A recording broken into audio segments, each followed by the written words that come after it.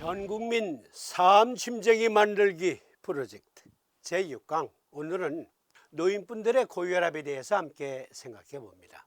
우리 방송 시청자님 중에도 아마 틀림없이 있을 거예요. 평생 저혈압으로 지내왔어요. 그런데 나이 들고 보니까 고혈압으로 변했어. 노인들의 고혈압 중에는 그런 분들이 많습니다. 그런데요, 노인분들의 고혈압은 다양한 원인들이 있지만 가장 큰 원인은 혈관의 어떠한 질환 때문입니다. 그래서 이번 시간은 노인들의 고혈압과 관련된 병태 생리학 그리고 치료 삼진법 함께 생각해 봅니다.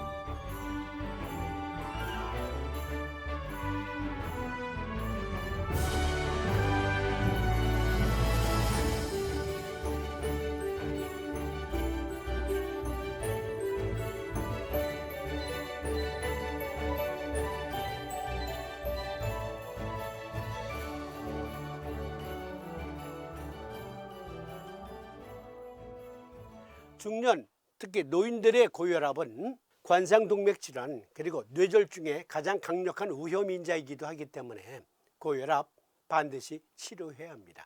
양방으로 치료하든 한방으로 치료하든 아니면 삼진법으로 극복하든, 일단 노인들의 고혈압은 관상동맥질환 그리고 뇌졸중의 가장 강력한 원인인자이기 때문에 이것은 반드시 치료해야 됩니다.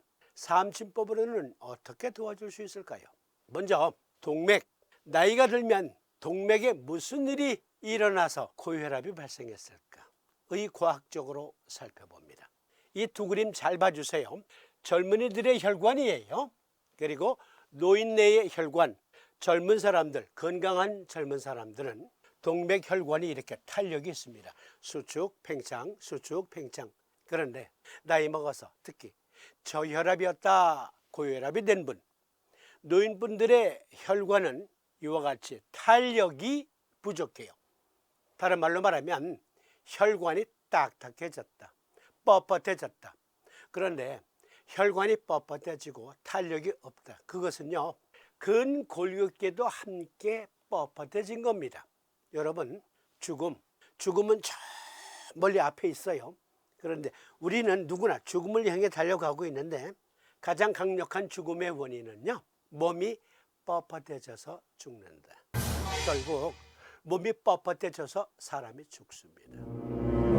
아직 그 단계가 아니에요. 오해하지 마세요.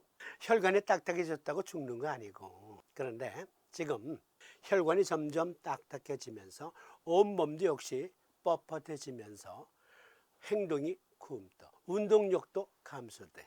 그리고 저혈압에서 고혈압으로 바뀌었어요. 노인성 고혈압 대부분은 혈관이 이렇게 뻣뻣해졌기 때문입니다. 동맥, 나이가 들면 무슨 일이 일어날까?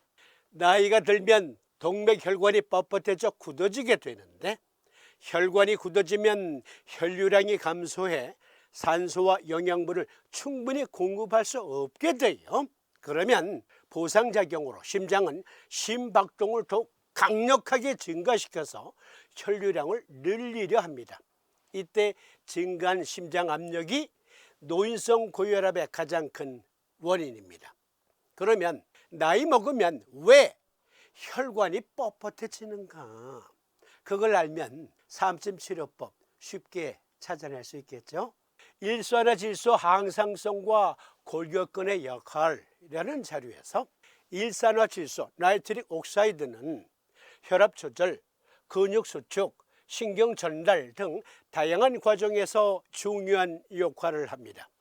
일산화질소는 혈압 조절, 인지 기능, 골격근 수축 등 다양한 생리 과정에 필수적인 역할을 하기 때문에 인체에서 가장 중요한 신호 전달 분자 중 하나입니다. 노화에 따른 일산화질소 이용률 감소는 노년기의 혈압 상승 및 골격근 기능 장애를 유발합니다. 혈관이 빳빳해졌어요. 그로 인해서 고혈압이야. 그러면 온몸도 함께 뻣뻣해져 가고 있는 겁니다. 온몸이 뻣뻣해지면 운동 능력은 감소되고 생활의 삶의 질은 현저히 떨어지게 됩니다. 젊은이들의 혈관은 이와 같이 수축, 팽창, 수축, 팽창, 탄력이 정상적이다. 정상적인 근골격계 및 혈관의 일산화탄소 수치는 적절한 운동 능력과 적절한 혈압 유지력을 발휘하게 하고, 부족한 근골격계 및 혈관의 일산화질소 수치는 운동 능력 감소, 근골격계가 뻣뻣해져. 그리고 혈관도 이와 같이 뻣뻣해지고, 그래서 고혈압. 그러면 삼진법은 결론부터 말씀드리면 간정격 그리고 방광정격 적용합니다. 방광정격, 간정격. 이것은 시스테믹 질환이니까 양쪽에 다 넣으세요. 미국 NIH에서 왜 간정격증인가? 자료에서는 이렇게 말합니다. 간에서 생성되는 일산화질소는 전신 근골격 항상성에 중요한 역할을 합니다. 혈류, 근육 기능 및 뼈 대사에 영향을 미칩니다. 간의 역할은 포도당 대사를 넘어 전신의 질산염, 아질산염 수치와 일산화질소 생체 이용률에 영향을 미칩니다. 이러한 전신적 효과는 건강한 근육과 뼈 기능을 유지하는 데 필수적이며, 일산화질소는 혈류와 조직 관리의 핵심 조절자 역할을 합니다. 그래서 간정격. 일산화질소는 여러 기관에서 생성하지만 가장 많은 부분은 간에서 생성합니다. 그리고 대사를 하지요. 그런데 간 기능이 약해. 그래서 일산화질소 생체 이용률이 낮아져요. 일산화질소 생성이 감소되었기 때문에. 여러분, 동의학에서는 오래전부터, 수천 년 전부터 간은 근육을 주관한다 했습니다. 이와 같이 간이 근육을 주관한다는 것은 의과학적인 근거가 있음이 속속 밝혀지고 있습니다. 오늘 여러분들과 함께 살핀 것, 간은 일산화질소 생성 및 생체 이용률을 통해서 근골격계 탄력을 보장하고 혈관 탄력을 유지시켜 주므로 건강한 혈액순환 체계를 지원합니다. 그런데 혈관이 뻣뻣해졌다, 온몸이 뻣뻣해져 간다, 그건 간 기능 부전으로 인해 일산화질소 생체 이용률이 감소된 것을 말합니다. 그래서 간정격을 써서 일산화질소 생성 및 생체 이용률을 높여주면 뻣뻣해져 가는 몸 부드럽게 만들 수 있어요. 그리고 혈관 탄력 회복시켜 줄 수 있습니다. 그러면 이번엔 왜 방광정격을 같이 써야 하는가?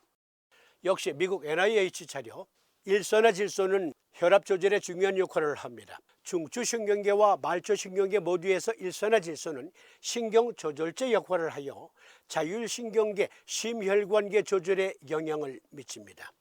그렇습니다.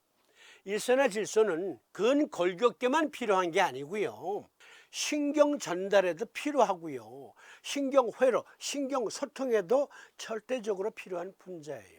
그런데 이것이 부족해지면 중추신경계 신경회로가 손상을 받습니다. 중추신경계 내 일산화질소와 활성산소의 불균형은 고혈압 발생과 관련이 있습니다. 즉, 간에서 생성력이 약해진 일산화질소, 그래서 생체 이용률이 감소되면 중추신경계 회로가 고장이 나요. 신경장애가 생겨요. 그로 인해서 활성산소는 늘어나고 일산화질소는 감소되기 때문에 고혈압과 함께 다양한 자율신경장애가 생기는 겁니다. 따라서 손상된 중추신경계 장애는 방광정격을 써서 회복시켜 주지 않으면 안 된다. 그래서 방광정격.